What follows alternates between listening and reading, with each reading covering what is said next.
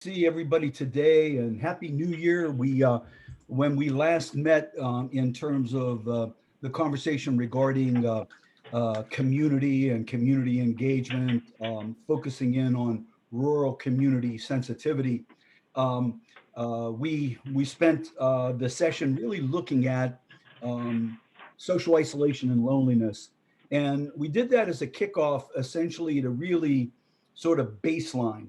Obviously, we find ourselves in the throes of a pandemic that has exacerbated loneliness and isolation.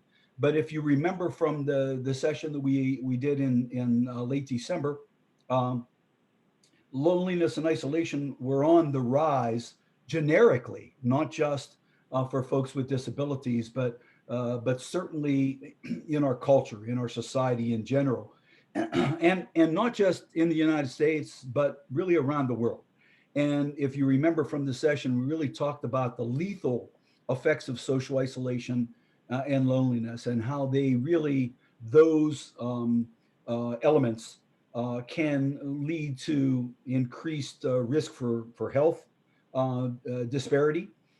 They can literally affect, obviously, happiness by promoting depression. They can actually shorten life expectancy, and the research has shown that isolation and loneliness are essentially antecedent to an early death. And that some researchers have put loneliness and isolation akin to smoking 2 packs of cigarettes a day. So the lethality and the negativity that surrounds social isolation and loneliness is huge. Obviously, here we are in the throes of a pandemic. We all provide supports to individuals with disabilities. We know that the pandemic has social restrictions about it, and so consequently, the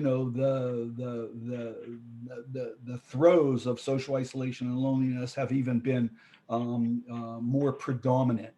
Um, our session today, however, is really going to flip to the antidote, the way we address social isolation and loneliness, regardless of where we find it, and regardless with whom it has its ill effects on, is really the building of connectivity and the building of relationships. Today's session is really going to focus on social capital, which is essentially the opposite of social isolation. And we're going to examine that construct from a sense of what we might be able to do and how we might be able to address it. Now, obviously, this is a part of a whole series that the project has put together. And that series includes, obviously, not just social isolation, loneliness, and today's social capital, but as we come back together in February and in March, we're really going to be focusing much more on the macro side of the equation, on understanding community, mapping community, recognizing social infrastructure pieces of the puzzle, talking about ways that we can influence and soften in a way community, generic community, so that folks who are at risk of social isolation and loneliness have a greater possibility of connectivity, right? And so, as part of that voyage today, we look at the notion of social capital, and discovery. I love this quote that we're starting with, right? Discovery consists of looking at the same thing as everyone else, but thinking something different, right? And clearly, the idea of building social capital and helping find ways that people who have been segregated, institutionalized, separated from the greater community, how those same people can build relationships. That has always been a part of what we do. I mean, it actually goes all the way back to the actual initial founding of rehabilitation, which was after World War One, when soldiers came back from the war with disabilities. And those disabilities created impositions of connectivity. And consequently, people had difficulty building relationships, primarily because of their disabilities. And rehabilitation was an effort to try to address that. So, from the very beginning of formalized approaches to disability, the idea of connecting people and helping people get jobs and houses and friends have been a part of what rehabilitation has been all about. So we've been looking at this phenomena for many years, but today I really want us to look at this thinking something different, right? And that difference is really going to be the perspective we take, the macro perspective we take on looking at the building of relationships. I liken this quote to a hologram, right? A hologram is an image, right? And when you change the image, when you move the image around a bit, the image itself changes. The colors change and the dimensions change. And so if you think about this topic of social capital from a metaphor of a hologram, if you were in a in an art gallery or in a museum, and there was a hologram up on the wall, and you were standing on one side of that museum or that gallery, and you were looking at the hologram, you would see a certain image. There would be certain colors, there would be certain shapes and dimensions, and it would stay that way as long as you stayed where you were at. But if you moved to the other side of the room and you look up at the hologram from another angle, you see a totally different picture, right? You see something totally, framed differently. And in some ways, that I think is part of what our training cycle is about. Our This training series is really thinking something different. And so as we do that, I wanted to just start right from the beginning and have us think about what do you think are the three top things that the people you serve would like to have, the people that receive supports and services would like to have, right, in their lives. And now here's a list of 10 things. All of them are important. All of them, in some ways, are things we do that you have done in your practice and your agency has done, right? So, but if you were forced to say, what are the top three things here? Um, what would they be? Right now, that's rhetorical. Obviously, we're not going to pause and have you weigh in. I just like you to sort of think about which three things are top in the agenda that we have. And obviously, some of that depends on the person specifically, but in a general sense, what seems to be the most important.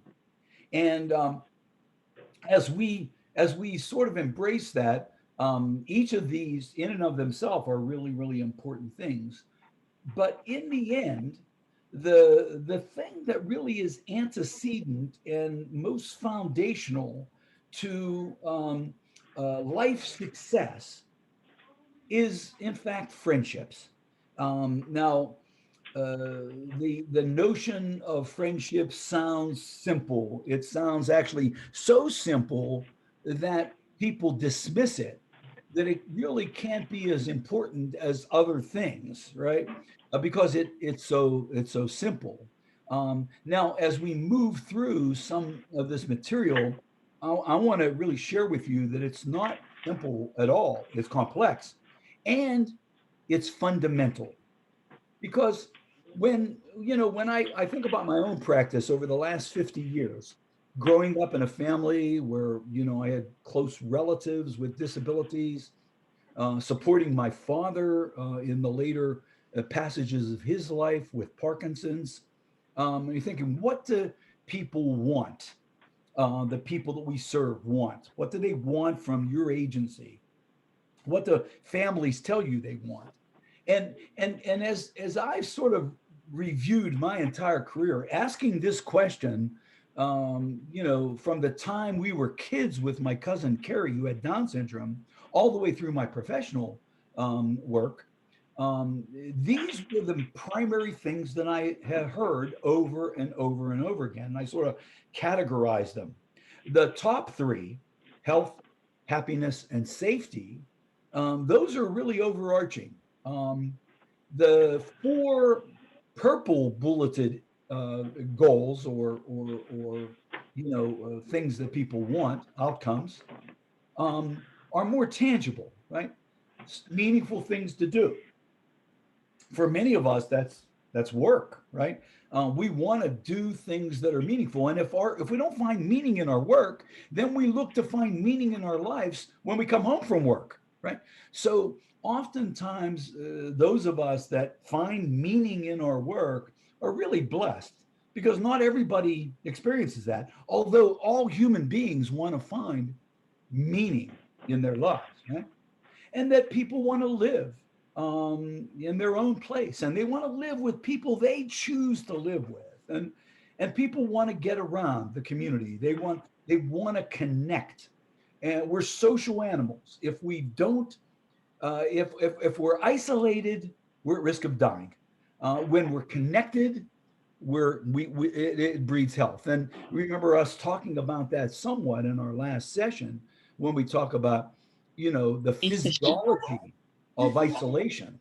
When you find yourself to be disconnected from your tribe, the physiology really changes, and you want to get back to your tribe. We need to be with people. And then the last point, which I think is the most fundamental and the one we're going to spend time on in this session, is building friends and relationships, right? Because that piece, if you pause to think about it, is antecedent to every other one of those outcomes or those goals. Every other one is antecedent, or excuse me, friendships is antecedent to that phenomena happening in someone's life. How we find meaning is through other people and with other people. And when we think about where we live, with whom we choose to live, and then being able to get around in order to be with people, really all boils down to friendships and relationships. And actually, sociologically, this phenomena has really been categorized and cataloged as fundamental to life success. Actually, the term social capital was first coined in 1916 by a school teacher in West Virginia. The very first time it appeared in the literature was an article that he had written. His name was Hannafin, and Hannafin had written about the kids who went to his school and then graduated from school that ultimately were successful in their little time in West Virginia were not necessarily the smartest kids or the kids that made the honor roll or that were the most academic. It was the kids who were able to connect that were the most successful in the course of their lives. And so he phrased that as having social capital. Because if he just said friendships, people would dismiss it. People would not take it seriously. So he recoined the notion of friendship and relationship as social capital. And from the time it appeared in the literature in 1916 to today, sociologists have looked at and wrestled with and studied this and analyzed it from a whole variety of perspectives. I'll share with you some of those perspectives. But the notion of social capital, I really believe is fundamental to addressing social isolation and to achieving all the other life goals that people want. Because if you stop and you think about how we've done on those goals, I want to just share with you a laundry list of outcomes out of the database at Cornell University in your fine state of New York, the clearinghouse on disability statistics. And here's some of the things that are evident when we look at what's happened to people with disabilities, whether they have cognitive disabilities, developmental disabilities, intellectual disabilities, or whether they have acquired disabilities like spinal cord injury or stroke or traumatic brain injury, that the efforts to try to get people jobs, houses, rides, and friends, the four tangible things we talked about in that overview. Here's what we've done. Look at this data. I mean, it's absolutely stunning. The failure we've experienced, and when I say the failure, I'm not talking about people with disabilities failing. I'm talking about us failing them. The unemployment rate for people with disabilities, and you guys all know this all too well. I don't have to underscore it. It hovers around 75, 76% of people over the age of 16 who have a disability. Again, it could be a congenital disability, it could be an acquired disability, it could be, physical, cognitive, or emotional disability.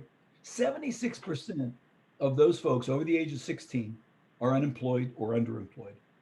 Only 6% of people with disabilities own their own home. And that includes people like my dad, who entered the ranks of folks with disabilities, later in his life. He already owned his own home. He was part of that 6.1%. As the large majority of people with disabilities do not own their own home, they are relegated to live with someone else, someplace else. Um, Transportation, and especially in rural areas, this is the biggest. If you go look at any of the literature on interfacing with people in rural areas, whether they happen to be people with disabilities or anyone else, any other group, transportation is the number one issue in rural areas, and certainly for people with disabilities, even in urban areas, it's a huge challenge. Friendship voids and social isolation. We talked about that last session. Vulnerability to greater violence. There is a huge connection between disability and violence. Violence creates disability, and people with disabilities are, in fact, more at risk of being treated violently. Um, when people are polled, only 32% of people with disabilities, and that's out of close to 60 million Americans who have disabilities, feel very satisfied with their lives. So what we've done hasn't worked, right? And any thoughtful change agent, or agency, or professional in this field has got to take a look at this data and say, "Holy moly, we haven't been successful." And so here's the question: why haven't we done better, and how can we do better? I mean, these are pretty powerful questions. Why have we not been successful? Right now, when I was running UCP at Pittsburgh, and I ran it for 47 years. Kept on asking myself, my board kept on asking me, why aren't more people working? Why? And I would struggle with that question, right? Because we have to. But let me show you a little cartoon that I think helps me start to put this in a different perspective, like the hologram. And I love these Gary Larson cartoons. By the way, Gary Larson, who retired, in the early 90s, is back. And if you're a Gary Larson fan of his cartoons, you can track him down on Facebook. And some of his newer stuff is there. And I've been so pleased with that because I'm a huge Gary Larson fan. But look at this cartoon. It's two bees on a beehive, and one of the bees actually has a map, and he's lost. And that's his female companion with him. And she said, "Face it, Fred, you're lost."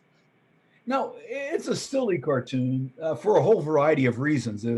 But the real core of the humor here is, how could you be lost if you have a map? He has a map of the honeycomb, and he's lost. Right now, maps are essential to destinations. Right, they're essential, and you have to have a map. It's referred to as a paradigm. A paradigm is sort of a structure that leads to a destination.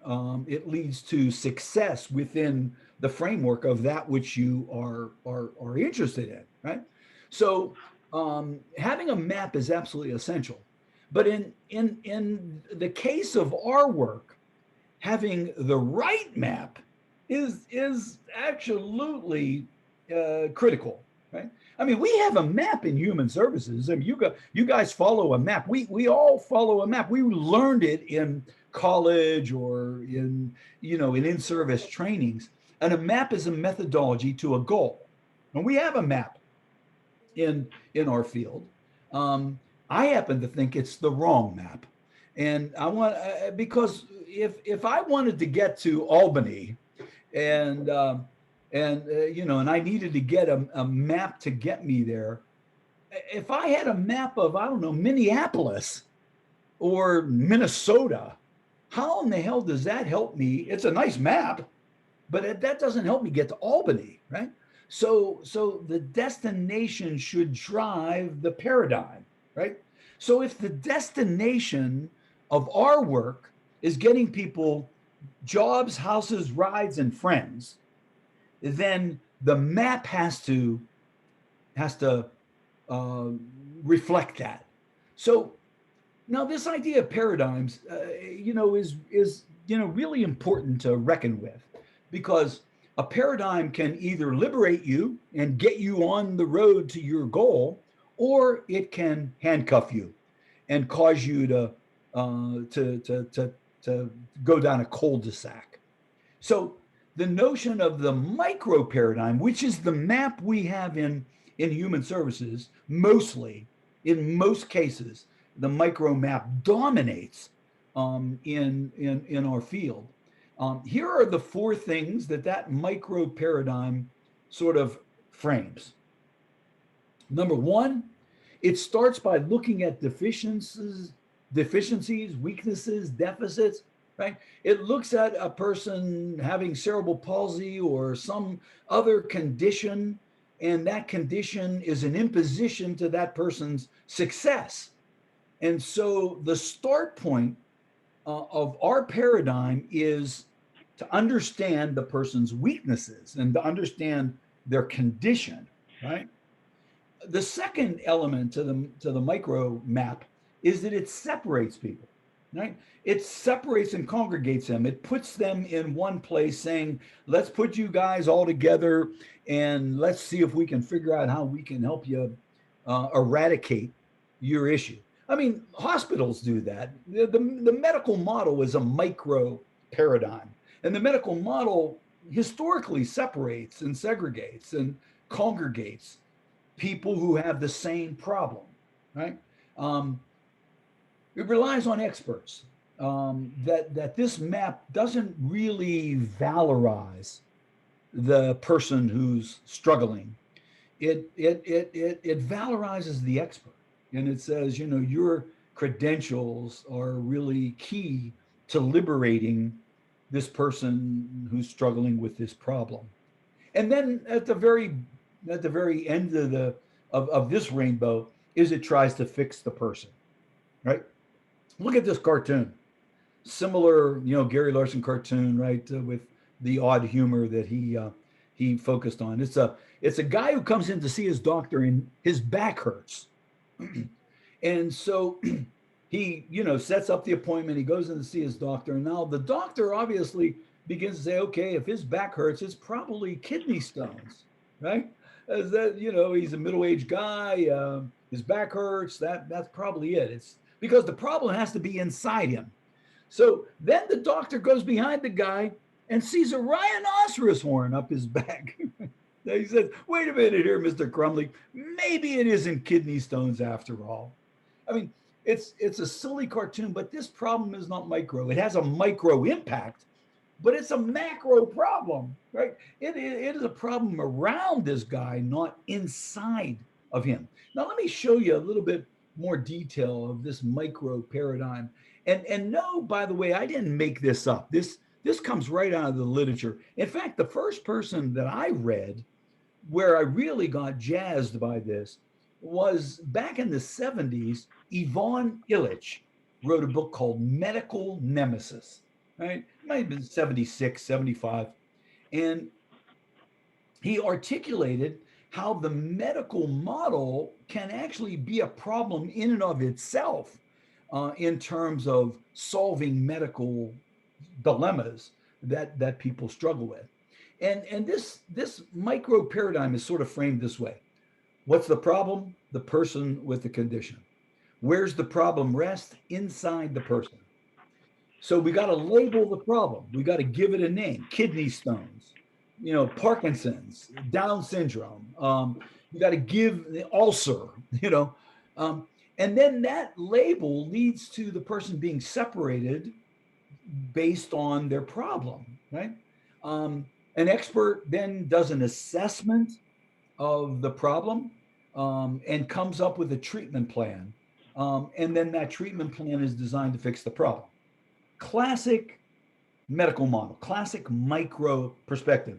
And if you think about any of the work that we've done or do, it sort of still has a grip on how we how we proceed in the work that we do. Now, not all the time and not everywhere, but I enough to have this huge influence both inside as well as outside our work, our agency, because the community, people in the macro sphere, um, they see a person with disability having a problem. I mean, you probably have all heard it. You're in a grocery store with somebody you're supporting, and they're doing that, and you're helping wheel the person to through the grocery store, and a little kid's with his mom, and they look over and say, "Mommy, what's wrong with that guy? And what's wrong with him?" And she said, "No, don't look at him there. He's got a disability. Don't I mean, that sort of initial sense of something being wrong with someone, that's huge. I mean, that's a huge, deep rooted challenge, right? Because this micro model leads to separation and stigmatization and maybe ultimately death. Wolfensberger, in the work that he did, in the 70s and beyond, through Syracuse University on first normalization and then social role valorization, talked about death making and talked about avoidance and the permanent child and the all of the things that Wolf chronicled in his work. This micro model leads us there, right? And in fact, even in a more generic way, it has a huge impact on how people see the world. And if you start with difference, you can vilify and separate and scare people about someone who's different from you. I mean, we've seen this in politics. I mean, this has been the politics of the last 4 years, has been about separation and building walls, and we, not wanting, this difference out, right? This list that you see comes from research that I did back in the mid 90s when I was writing a lot about this. I wrote a book called Beyond Difference. And when I was researching that book, I spent time at the Holocaust Museum in Washington, D.C. And as I was reading and studying, these steps were absolutely reflected by what happened in the Holocaust. That in fact, the Holocaust Museum is structured this way. It takes you through this journey, this voyage of how people were basically murdered, and it acknowledges that the first to be murdered were people with disabilities, um, in the whole death making scheme that happened there. Now, you don't want to be terribly morbid, but if you stop and you think about the micro service model, then what are the products of the microservice model? Look at this list here. This is what we've created in terms of addressing getting people jobs, houses, rides, and friends, right? We have separate programs, segregated residential, limited work opportunities, sheltered workshop, menial kinds of things, limited relationships except with other people who have vulnerabilities, separate recreational programs. I mean, all this stuff still exists, and it's still pervasive. Just the other day, I read an article that this agency in Houston is setting up a little disco for people with intellectual disabilities, like a club, so that people with intellectual disabilities can go out and dance and have fun. And this, foundations are funding this, and they got this article, and the press has said, wow, isn't this great, man? There's a club for people with intellectual disabilities where they can be just like everybody else. And that's not that's not community. That's separation and segregation. So this stuff's still pervasive, and it still influences our thinking. And here's the segue question: is this as good as it gets, right? And every one of us on this call knows that it's not. And the answer to this question is not just no, it's not. The answer should be hell no. It's not as good as it gets, right? And the notion that there's things that are better has got to be our guiding light here, right? Now, here's my segue. Another Gary Larson cartoon. It's a sheep in the midst of a bunch of other sheep, and the sheep is saying, "Wait, wait, listen to me. We don't have to be just sheep." This cartoon I love because the metaphor is sort of the analogy, the image that I get from this is, you got a human service professional saying to a group of other human service professionals on this call, wait, listen to me. We don't have to use this micro model, right? There's other ways that we can address these challenges. Destiny is not a matter of chance. It's really a matter of choice. The choices that we make. It's like God didn't come down and say, let's take all those people with cerebral palsy and put them over there on Elm Street in a great little group home. Right? You know, God didn't mandate separation and segregation. If God said anything that you might believe, God said, "Love one another." Right? You see your humanity in other people. Find yourself in others. So this notion of destiny, of what we've chosen to do, can be changed. We don't have to use this model. Right?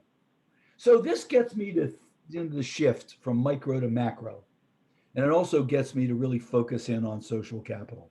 So this shift of micro to macro causes us to have to think about the macro model, right?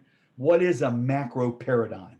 And so I want to kind of put some of the key dimensions here in front of you. A macro paradigm, a community paradigm, if you will, focuses and says the problem is not the person, but the perspective and attitudes that the community has about the person, right? And again, you can insert anything in terms of being the problem, right? A problem with elders in our society, problem with mental health, a problem with disability, a problem with people who are poor. Well, select any devalued or group that's at risk of devaluing, and you begin to think differently. This is like the hologram, right? In the art gallery, rather than stay on the micro side, shifting over to the macro side and saying, what is the problem? Is the problem Carrie Condeluci and her Down syndrome? Or is the problem the attitudes and perspectives about Carrie? Um, and in order to really digest this, then it really requires that we understand community and culture, right? Um, and to recognize that actions can be both formal as well as informal. Now, let me give an example of what I mean here. A formal macro action in disability was the passage of the ADA. And by the way, that didn't come easy.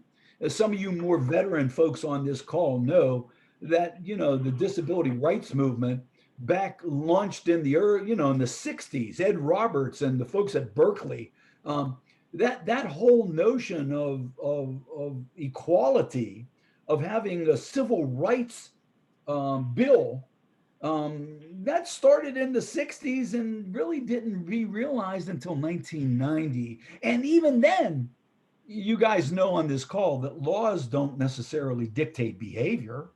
People might know that the speed limit is 60, they don't go 60.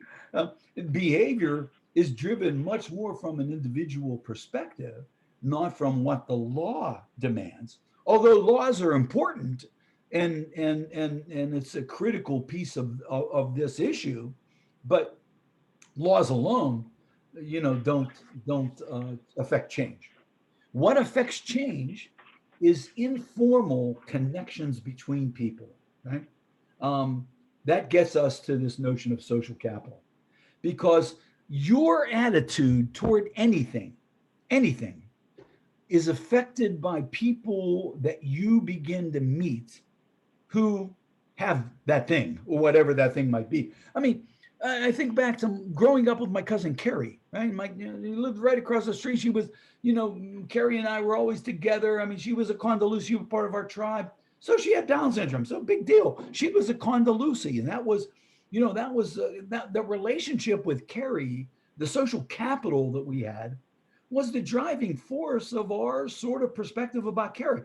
But if people don't know or don't have a relationship with Carrie, then they're going to conjure up their stereotype or their perception about that difference that they do not know. I mean, let me give just one example here, one powerful example. The greatest social change that we've had in our lifetime, those of us on this call, has happened in the past 25 years. And it right before our eyes, and that is the attitude toward marriage, towards same-sex marriage. Um, Now, just 25 years ago, if you stop and you think about what the attitudes were towards same-sex marriage, right? And obviously, oh my God, no, I mean, this was unthinkable 25, 30 years ago, unthinkable, right? Um, and then, you know, think about the attitudes today. They've changed dramatically. Let me give an example. Um, Sociologists have researched this, and 25, 30 years ago, a set of sociologists did a did a social attitudinal survey on hot button issues. And when they got to same-sex marriage, and they posed this question in a large sample, again 30 years ago, the resounding reaction was no. Do you support same-sex marriage? And the resounding response was no. You kidding me? Wow, man, no. The Bible says, or whatever other rationalization people had toward that. Now, fast forward to just 5 years ago, the same set of sociologists who did that study sampled a same size group and posed the same hot button questions. And the question on same sex marriage totally flipped. It totally flipped. Something like 65, 75% of people who said no now we're saying, hey, two people, want to share their life together. Like, well, who am I to judge, right? And I mean, Pope Francis said that. So So the notion about that social change was just immense. Now, here's the salient question: how did that happen? Like, how did that change occur? Right? What was the antecedent there? And if you sort of track back and look at what's happened in gay rights, you see that basically, gay rights advocates began to say 30 years ago, if if we want our rights, we got to come out, right? We got to come out.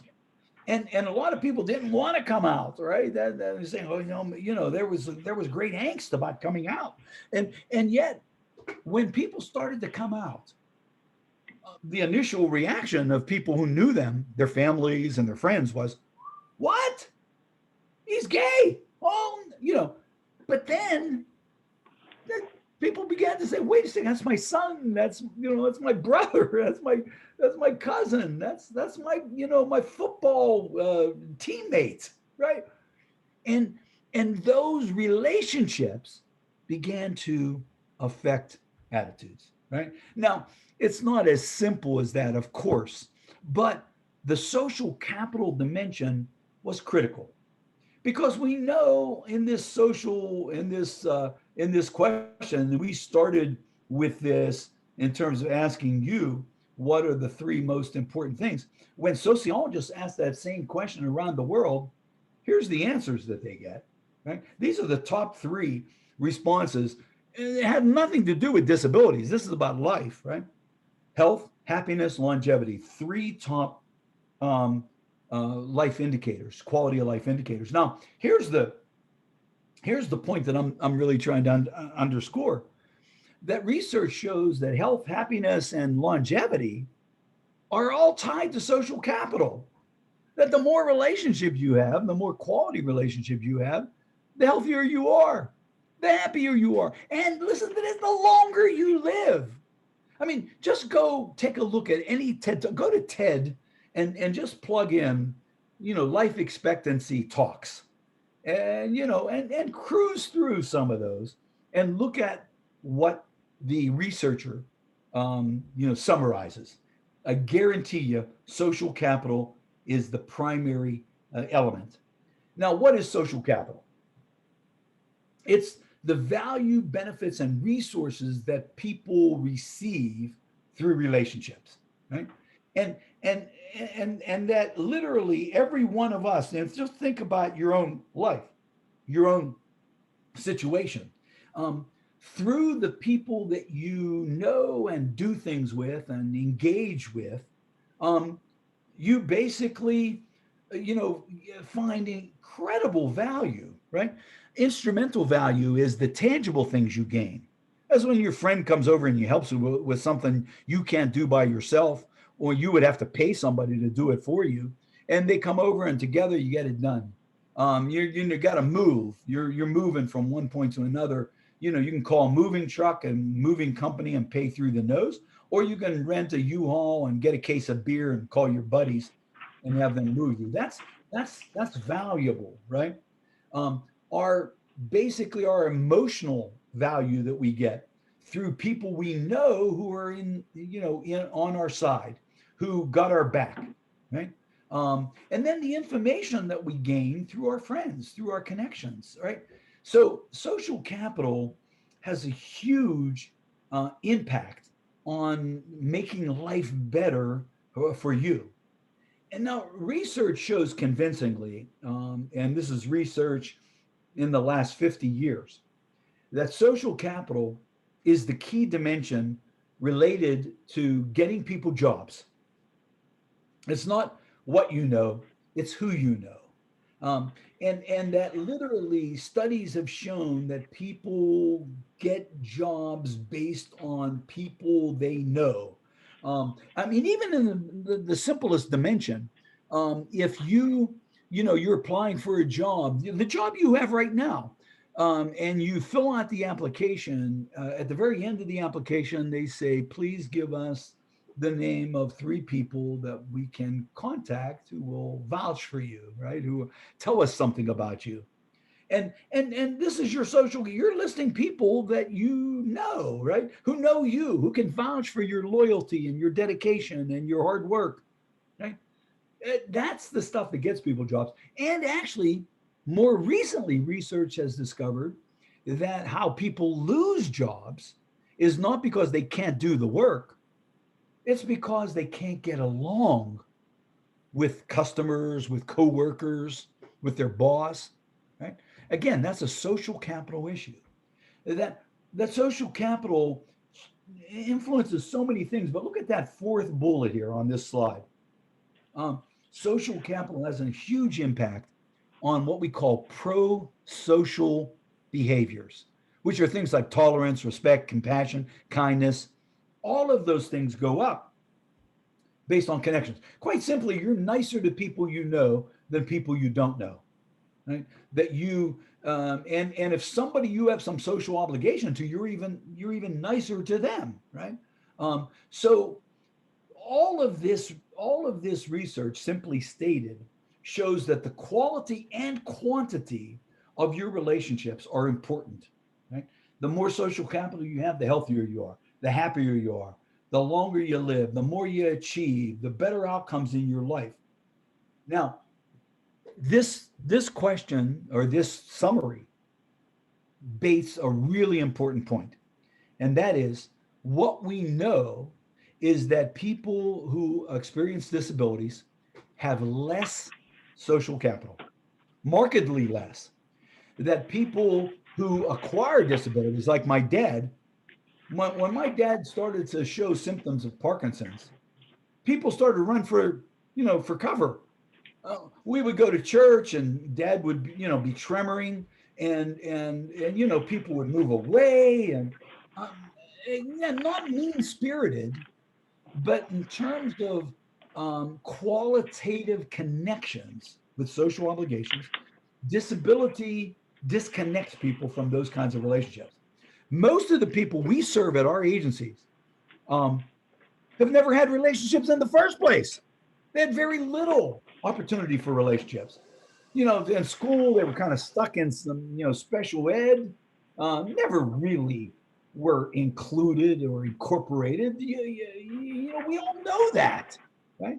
So, so the social capital void is huge. Now, let me just tell you, when I started to awaken to this stuff, and I started reading up on social capital and started researching it myself, and I came across an article. This was a number of years ago by an anthropologist by the name of Dunbar, Robin Dunbar, Dunbar. If you want to Google him, take a look at his TED Talk, maybe even look at his books. Dunbar doesn't, he's not a disability advocate. He's an anthropologist interested in how people, how society and culture, progresses.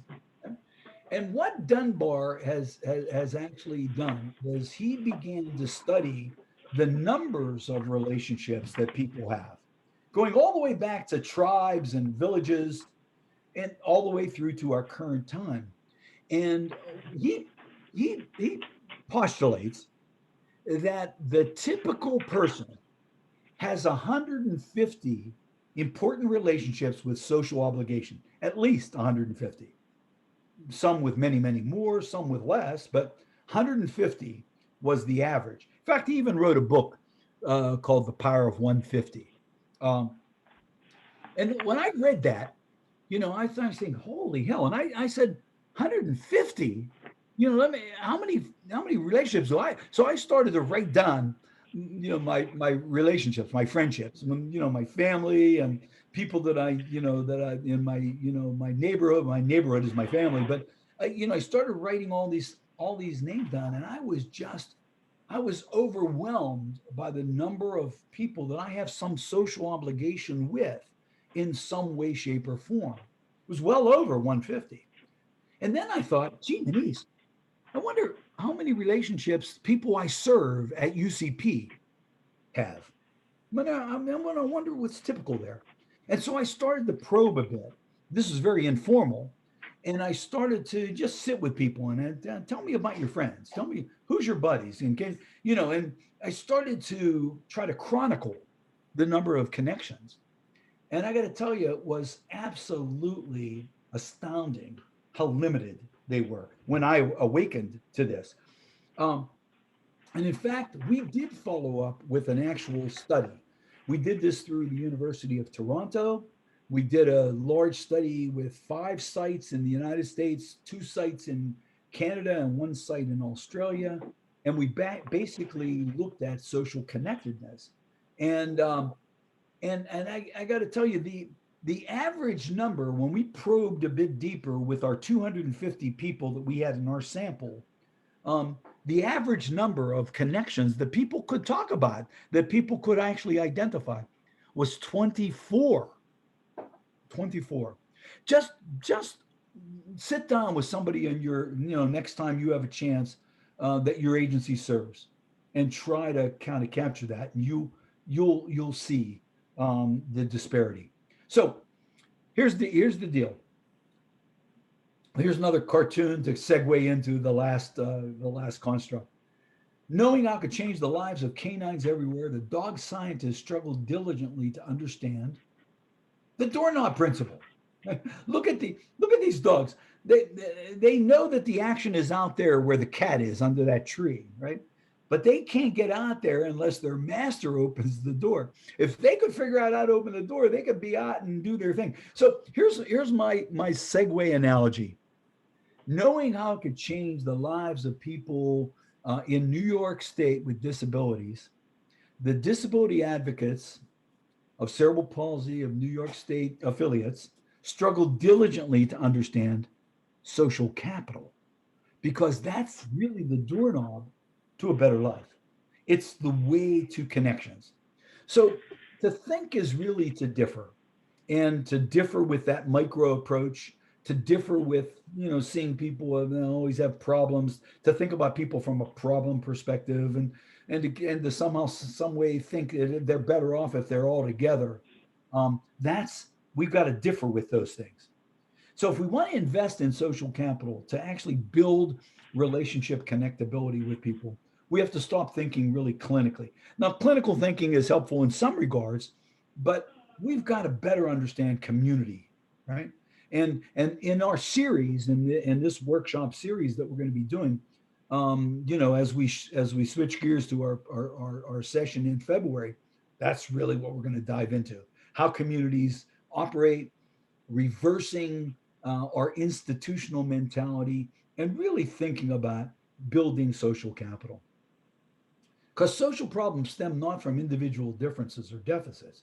They stem from the failure of a society to meet the needs of all of its members, to really recognize the humanity and connectedness, and not see people from a problem perspective, but from an asset perspective. So we'll get into this much deeper version in February, but just to sort of whet your appetite and to prep us a bit, understanding community recognizes the definition of community. A community is a network of different people who come together on a regular basis for something in common. Right? So there's 3 important dimensions in this definition. Commonality, that's what calls you to the community. When you get there, you see difference. Difference polarizes people. It pushes you apart. So the regularity of exchange becomes the first ingredient to address that. In fact, this idea of similarities and differences is really a huge part of understanding macro perspectives, right?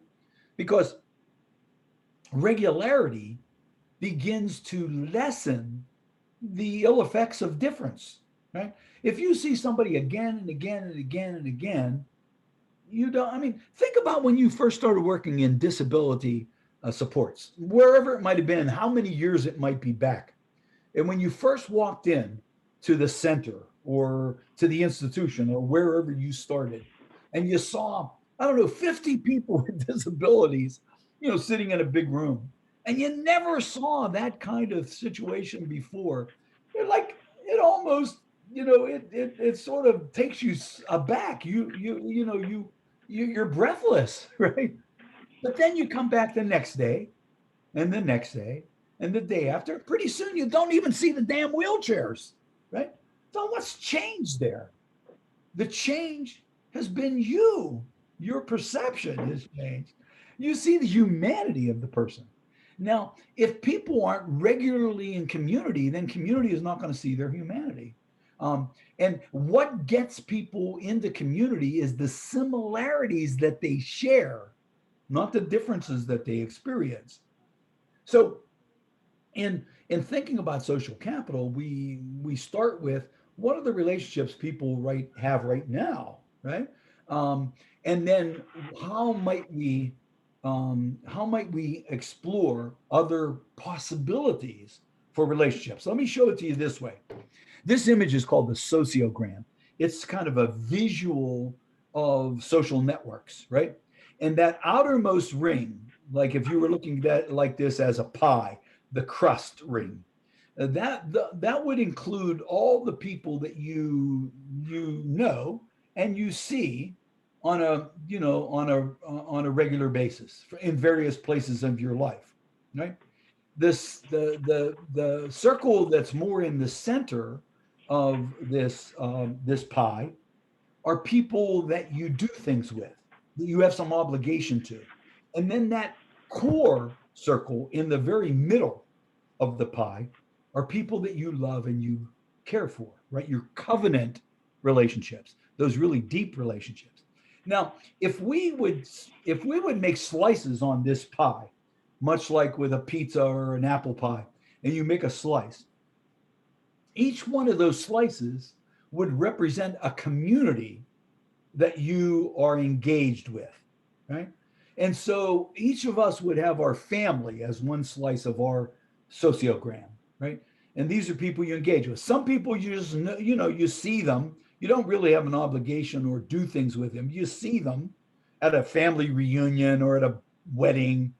Um, and then there are other people that you see a little bit more regularly that you actually have an obligation to or you do things with. And then in that pointy end of the slice are people that you love and care for and you see so much more regularly. So each part of your life, your family, your neighborhood, your church, your agency, your workplace, clubs, groups, and associations you belong to are all slices of your life.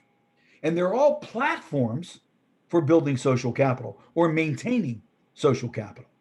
So the very first thing here is to really begin to think about how many slices are in somebody's life, somebody you serve, right? How many places do they go? What do they do, right? Now, next month, when we begin to talk about community mapping, we're going to talk about a social capital benchmarking survey that was developed at Harvard. We're going to examine that a little bit and show you how sociologists have begun to think about these platforms of where you get to meet and know people. Because building social capital, building relationships have 4 steps to them. 4 steps, right? The first is not what's different about the person, but what's similar. What are their affinities, their interests? What are things that are tickets to connection, right? Um, the second step is where in my community is there a matching group that gathers regularly around that thing that I'm interested in? The third step is really what happens there, what goes on in the infrastructure of that community that I need to know about in order to honor. Because if I don't honor it, I'll get kicked out of the community. I mean, think about church. There are, you go into a church. There are things that you honor, rituals and patterns. Um, so we'll talk more about that actually, not next month, but the month after. And then last, but I think probably most important, is finding a gatekeeper. That's somebody already in that community, right? Who can actually endorse you, can stand for you, can facilitate your introduction to other people. Now, I mean, look at this list. I mean, if I was if I was going to move to Albany, and knowing how important social capital is, knowing what I know about social capital, leaving my social capital behind and going to a new place, how would I build friendships? How would I create relationships? I would follow these 4 steps, right? What is it about Al Condeluci that he likes to do? What is he interested in, right? So he likes jazz music. He likes golf. He likes to read. He's, active in his church, right? So those are all potential affinities with other people, right?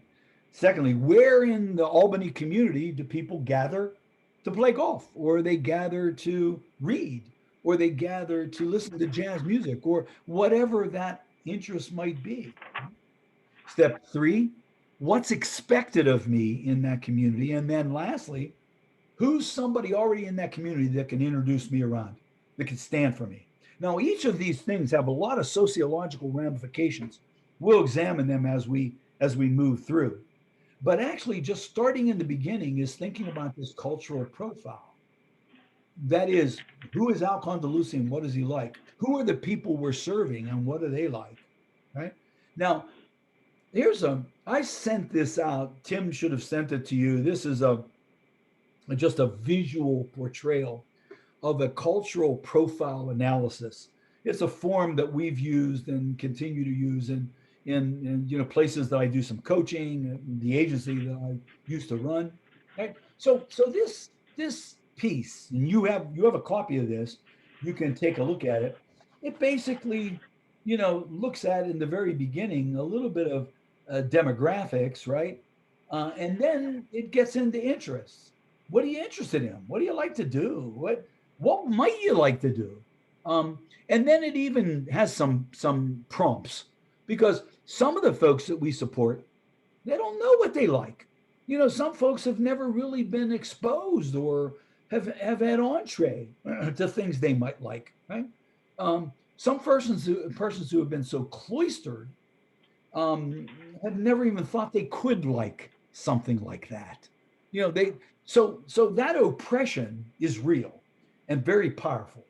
And as we begin to try to sort of peel the elements off the onion here, it's discovering who is this person and what do they like, right? Or what might they like, right? Um, and so this just is a little bit of a probe that begins to get us to think about these things with people, because these things are tickets to community, tickets to enter community. Moving from the micro, I like this, to the macro. Here's people who gather who like the same thing I like. Right? So this notion of crossing a bridge, of going from where one point to a group of people who like the same thing. Now, that similarity creates the very first anchor to relationship building, right? Now, folks who are in that setting are still going to back away because they're going to see the difference, right? But if the person comes again and again and again, that difference um, begins to dilute. We'll talk more about that next week. So the magic of community is when similarities override differences, right? That communities are built on similarity, not on difference. And that he who would be a leader must first become a bridge. So those of us on this call, you guys are leaders. We're all leaders in this. We're setting the tone. So let me end this, and then we'll open it up to questions with this little poem. I love this poem. It's called "The Bridge Builder," and it was written a number of years ago, but I think it really summarizes everything I was trying to say in this session. Right? It goes like this. An old man going a lone highway came at the evening, cold and gray, to a chasm, vast, deep, and wide. The old man crossed in the twilight dim. That sullen stream held no fear for him. But when he was safe on the other side, he built a bridge to span that tide.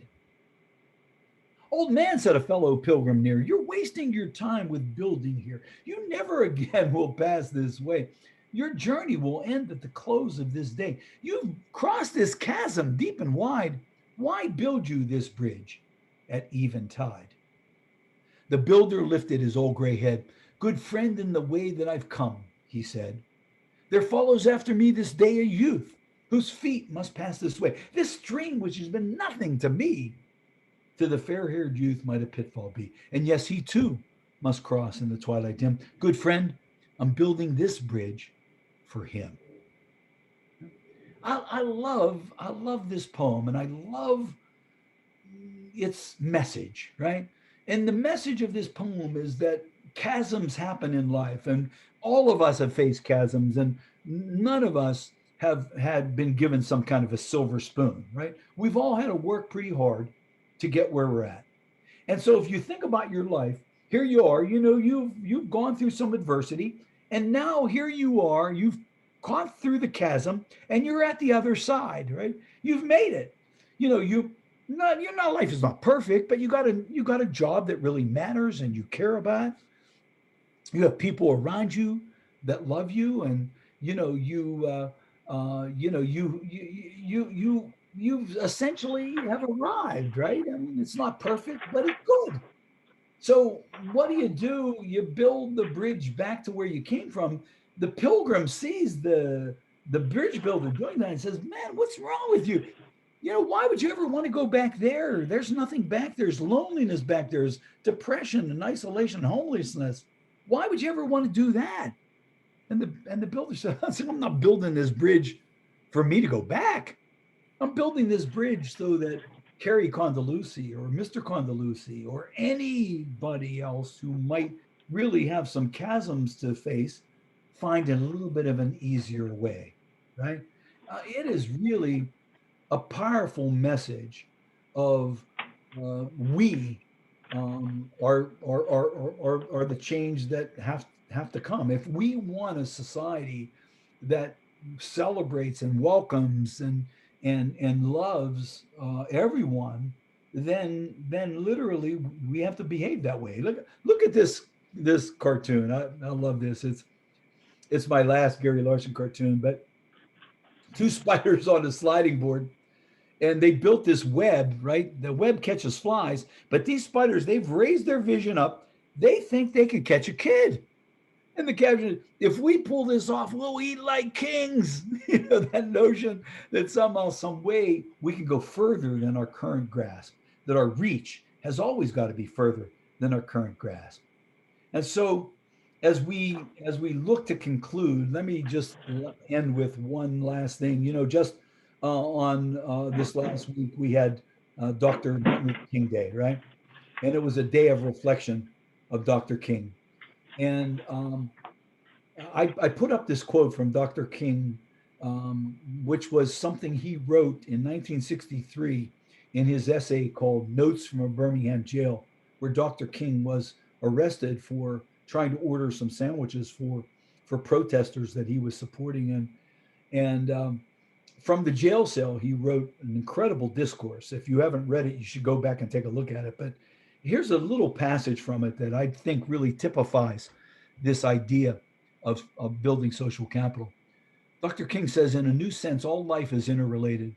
All persons are caught in an inescapable network of mutuality tied to this single garment of destiny. Whatever affects one of us directly affects all of us indirectly. I can never be what I ought to be, and you can never be what you ought to be until I am what I ought to be. This is the interrelated structure of reality. What Dr. King is saying is that the men and women that we support at our agencies, they're not our clients or they're participants or consumers, I don't know, or individuals or whatever damn word we use to define them. They're our brothers and our sisters. They're us and we're them. And if they experience devaluation, any of the rest of us are at risk of that. But if they're celebrated, if they have an opportunity to build relationships, if they have an opportunity to be a part, an engaged part of our culture and community, then everybody wins in that deal. And so let me just finish up. It's about quarter after 11. We go to 11:30, so we have about 15 minutes. But I put up here some contact information as I did the last time around, so that if you don't get your question answered, or if you'd want to probe a little bit more, if you want to take a look at my website where I have some resources that relate to social capital, please feel free to do that. But let me just stop sharing my screen. I'm going to go back to having Tim monitor any questions or comments or reactions that you might have. So I'm going to stop sharing this and go back to the full Brady board, network. So, um, Tim, we want to pick up and see if there's any questions or comments that folks might have about this notion of social capital. Yeah, I don't have anything specific in the chat right now, but certainly with the bridge builder and some of the things that you talk about at the end, which is kind of the wrapping themes. I mean, no matter what side folks are on today's events, but I think we can only hope that we'll have some sort of community rebuilding and some coming together of folks. And I think that's so critical with those that we serve, because they are very often a marginalized community. Yeah. They're not factored in at the forefront when people are doing municipal and community planning. Yeah. They're like a secondary or even tertiary option that eventually gets talked about in a smaller little conversation, but not included in the greater scheme of how to plan these things. So anyways, I just think that those types of themes are very valuable from a even a micro macro level. So, but if anyone has any questions or additional comments, feel free to hop in at this point. While folks are reflecting, this notion of social capital, there's lots of really interesting things out there. One, that I mentioned Robert Putnam and the folks at Harvard. Next session that we do in February, we're going to look at the social capital benchmarking survey that Putnam developed in terms of looking at measuring engagement, and that when I heard Putnam, we had Putnam come to Pitt to do a presentation, University of Pittsburgh, where I teach. And at that point, I was really not that familiar. I'd never really heard the term social capital. This was back when Putnam was really kind of a young buck um, uh, professor at Harvard. But he was already using and looking at measuring social capital. He wrote an article in 1995. The article was called Bowling Alone. And the article really hit the academic journals and caused a great flurry of interest. And it really became, it started to become more mainstreamed. So Putnam followed the article up with a book called Bowling Alone, same title. It came out in 2000, and the book is a overview of connectedness in our society. Now, of course, Putnam's not interested in disability like we are. Um, he's interested in civic engagement, and his whole thesis is that when people are more civically engaged, we have just a better culture, we have better democracy, we have better, we just have a better society. And so he took on the Herculean task of trying to measure engagement, and he studied engagement patterns by looking at things like joining clubs, groups, and associations, unions, churches, bowling leagues. And that's where the term bowling alone comes from, because what Putnam found was that from 1900 all the way to 1960, every year when he looked at all this data, more people were joining things, and engagement was really on the rise. And then in 1960, a curious thing happened where the engagement patterns actually started to go down by virtue of the measures of these joining data. Bowling leagues, PTAs, churches, unions, things in our culture, and so one of the things that really struck him was that in 1960, something like, 95 million Americans went bowling, and that was all captured in bowling lane data. Um, but from that 95 or 96 million Americans that went bowling, something like 80% of them were bowling in leagues where they would go every week.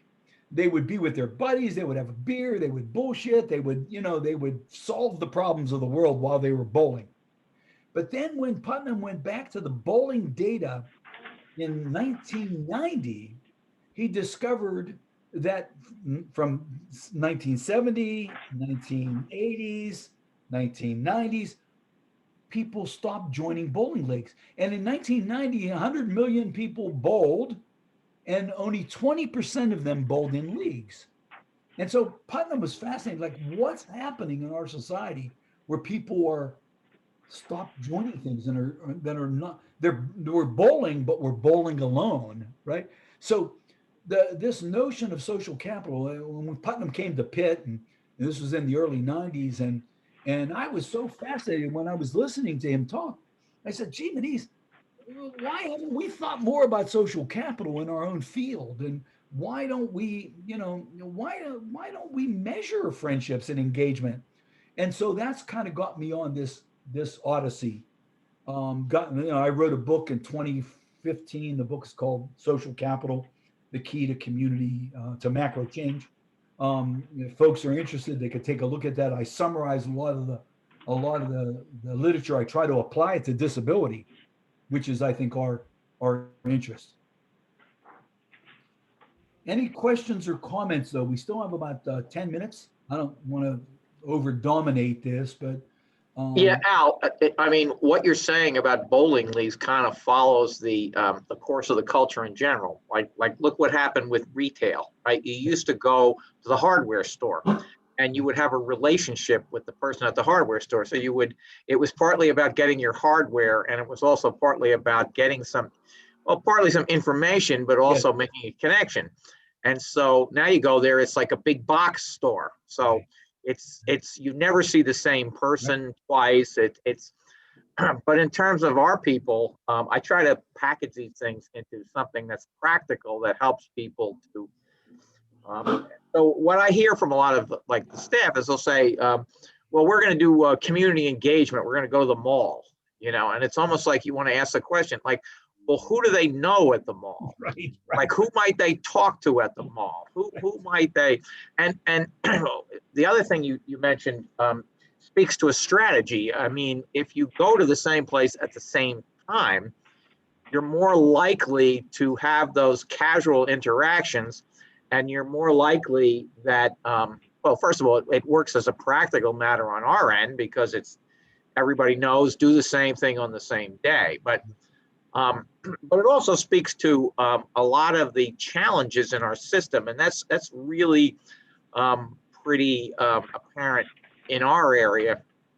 And I've been working in this area, in this field, for 40 years or something. So, and what you see is, we conceived of this idea that people would live in congregate settings, and this is very comfortable to families because they say, well, they'll live in a community, a suburban home like I lived in.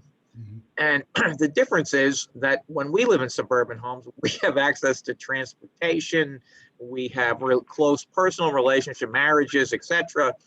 And what happens to our people is they live in a place where they don't have access to transportation now, so someone has to drive them. That's the first thing. So they're more isolated. Right. And the second thing is the people who work with them are usually not socioeconomically connected to that community because they're too poor to live there. So they live in a different community and in our case, they have a different first language and everything. So they're not necessarily, they have a huge barrier to them helping people to integrate in the immediate community. So it has to be, much more, so as you said, it's a macro thing. You have to kind of rethink the whole concept because what we're doing in effect is like, we're making a nice home for people in a way, but we're also contributing to their isolation. That's right. So that's not really working, Yeah. Boy, Dan, you've really, you've hit hit the nail right on the head, and there's no question. Now, obviously, Putnam, in his analysis of just society in the United States, is he's no he's no Pandora from a sense of thinking, well, we should go back to the old way. That obviously things are changing, and there's no question that society today markedly different than society in 1960. But he identified in his book Bowling Alone. If you get a chance, I think you'd love it, Dan, because it speaks to the things you were just saying. But he hypothesizes 10 reasons that he thinks we've seen this decline societally, just generically.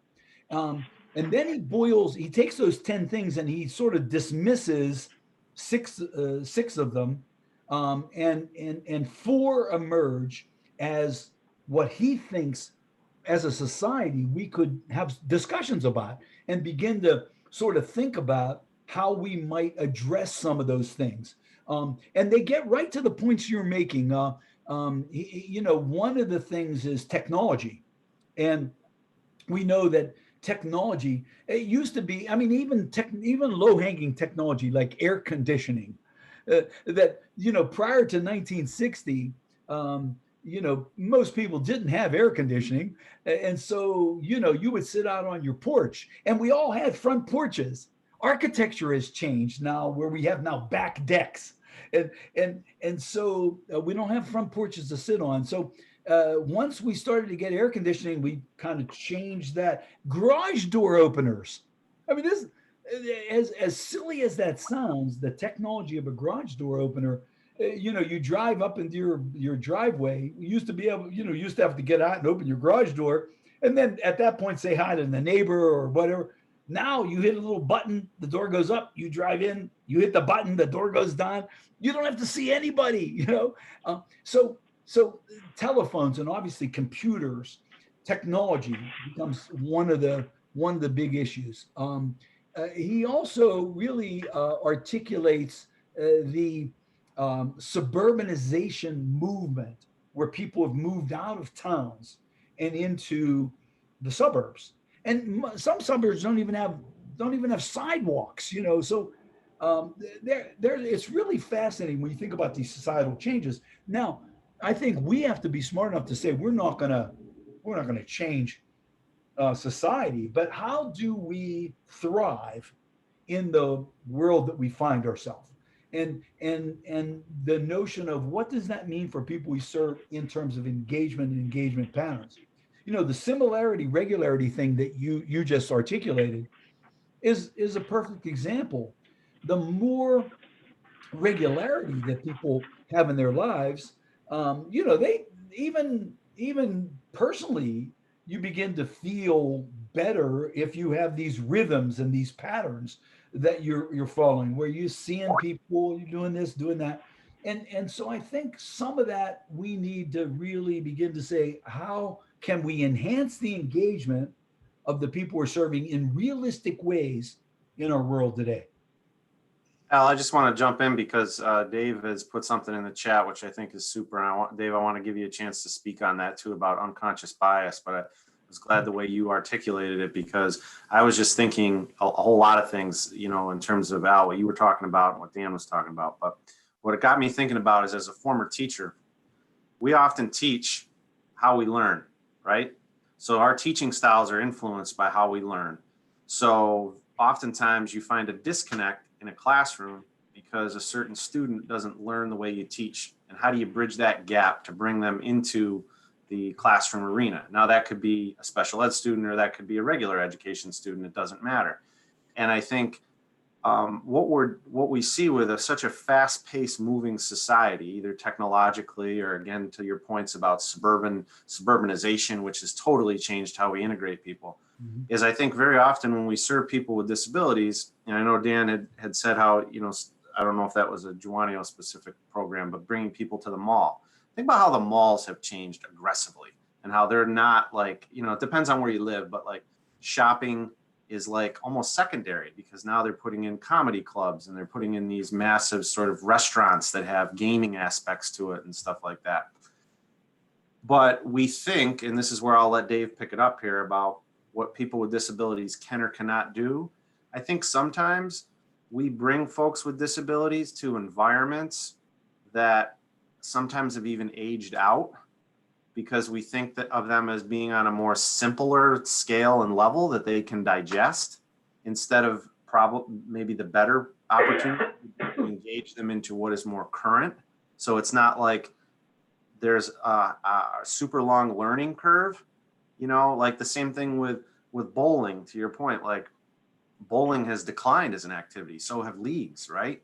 Mhm. But someone may, at some location in the United States of America, why don't we bring the folks that we serve to a bowling location? Well, it's not a bad thing to do. It's a great activity to engage them in, but it's kind of like one of those activities that are sort of aged out a little bit, and we're kind of keeping them sort of behind the curve. Dave, I don't know if that's what you were referring to, but I'm just, a lot of those things are swirling in my head as a result of what you said. Yeah, I'm talking about a few different things, and I actually have some contractors at my house right now. So if you hear loud power tools, I'm sorry. But in my experience, in my brother's experience, who has cerebral palsy, I'm actually disabled. I'm going blind. I've lost about over 50% of my visual field, so I can't drive. So that affects, my work, my getting things done. At this point, where I think the unconscious bias comes in, they look at me as a candidate for a job, right? 10 years experience, master's degree. Oh my gosh, he looks so great. And then we're in the interview process and I say I'm visually impaired. And they're like, oh, darn, we almost had a good one. And that shouldn't happen. And it's not, I don't think they're purposely saying, well, blind people can't do anything. I think they just, something clicks in their head. Ooh, so close. And, the same thing I think happens with my brother with cerebral palsy. Before he got his first job opportunity, it was probably like, oh, he can only do this or that. And then 10 years down the road, he's still working, making a great hourly rate. And, he has his bar that he goes to, and, not a special bar, the bar that everyone goes to. He has his bar that he goes to, he has his work, and he has his own apartment. But there's so many little things throughout that I feel like the initial unconscious bias limits or excludes individuals with disabilities, even probably the first time he walked into that bar. People are probably like, is it okay to serve someone like this? Blah, blah, blah. And I feel like when it comes to race and things like that, unconscious bias gets brought up a lot, but not so much when it comes to the disabled community. I always see unconscious bias, implicit bias pop up all the time. Yes. in different scenarios and in conversations and in speaking engagements in regards to race. But I feel like I don't hear it quite as much in the disability community, and I feel like it's kind of a missed point, if you will. Yeah. Dave, that's such a powerful point.